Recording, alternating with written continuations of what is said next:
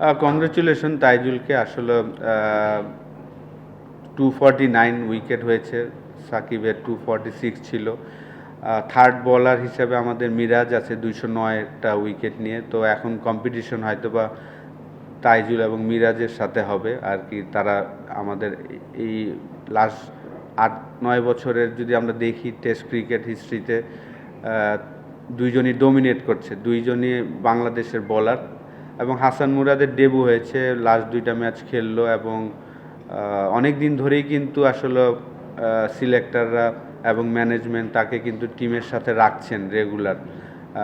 তো Hasan Murad continue domestic ক্রিকেটে ভালো বল করে যাচ্ছিলেন বলেই তাকে এই উপহারটা দেওয়া হয়েছে এবং সে ভালো করেছেন। আমি আশা করব যে যখনই অপরচুনিটি আসবে হাসান মুরাদও তার বেস্টটা দেওয়ার চেষ্টা করবেন। তো কম্পিটিশন তাইজুলের জন্য কিন্তু মিরাজ থাকবে। তো দুইজন মিলেই আসলে নেক্সট 18টা টেস্ট ম্যাচে যেন তারা ভালো করতে পারে, এটাই আশা থাকবে।